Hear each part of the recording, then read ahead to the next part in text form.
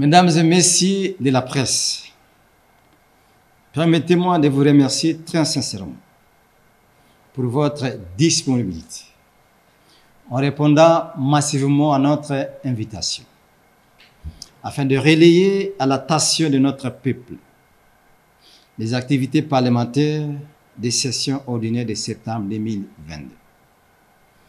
J'ai saisi cette opportunité pour vous adresser mes vœux de bonheur et de prospérité pour l'année 2023 qui se rapproche à grands pas.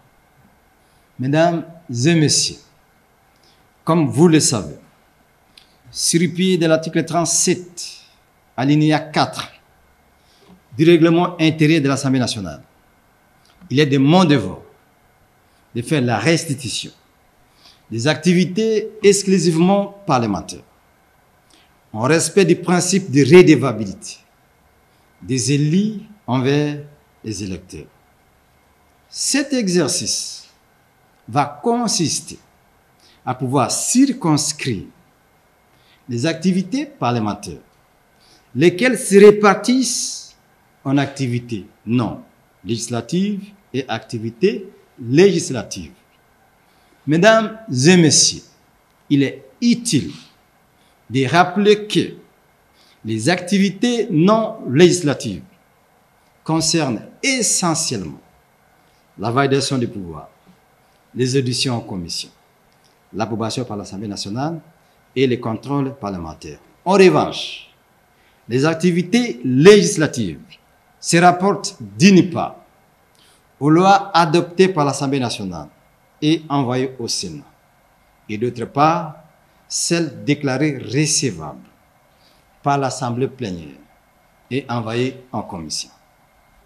S'agissant des activités non législatives, en rapport avec la validation du pouvoir, au cours de cette session de septembre, l'Assemblée nationale n'a pas pu exercer cette prérogative. S'agissant des commissions permanentes, 5 commissions permanentes ont pleinement rempli leurs missions réglementaires. Il s'agit notamment de la commission aménagement du territoire, infrastructure et nouvelles technologies de l'information et de la communication. Elle a procédé à 13 auditions, dont 9 ministres et 5 directeurs généraux. La commission défense et sécurité, avec une seule audition des ministres et à la défense dans ses attributions. La commission sociale et culturelle, avec une seule audition de Madame la ministre déléguée chargée des personnes vivant avec handicap. La commission droits de l'homme, avec 3 auditions. Et enfin, la commission environnement, tourisme et ressources naturelles, avec 9 auditions. Au cours de cette session de septembre, l'Assemblée nationale a approuvé 7 rapports de commissions spéciales et temporaires, 2 résolutions. L'une porte sur l'examen des dossiers de candidature des membres de la CNDH et l'autre sur leur désignation, à envoyer au président de la République pour nomination.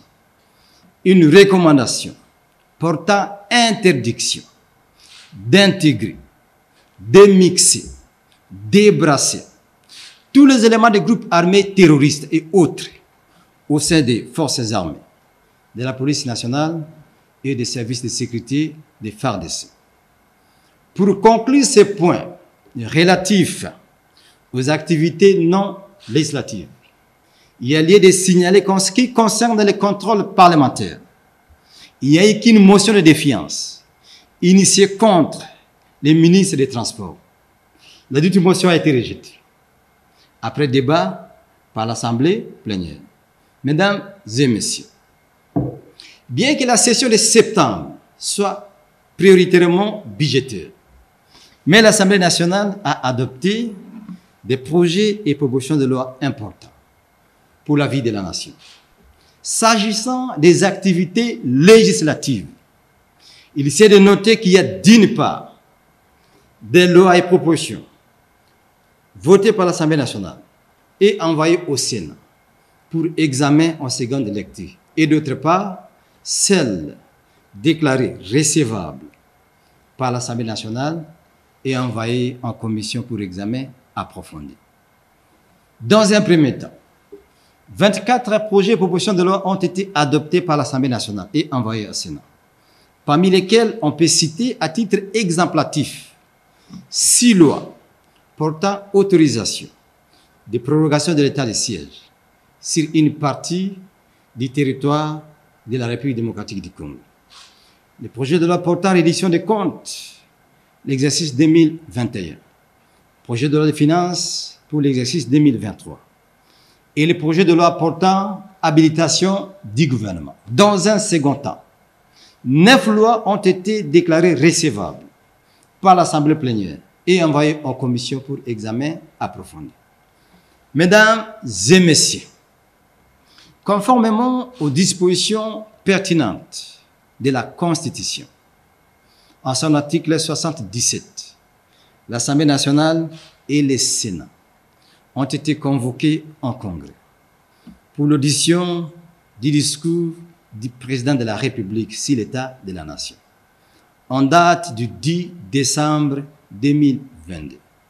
Mesdames et messieurs, pour clore mon propos, je tiens à préciser qu'au cours de cette session de septembre, l'Assemblée nationale a tenu 34 séances plénières et plusieurs procès-verbaux adoptés.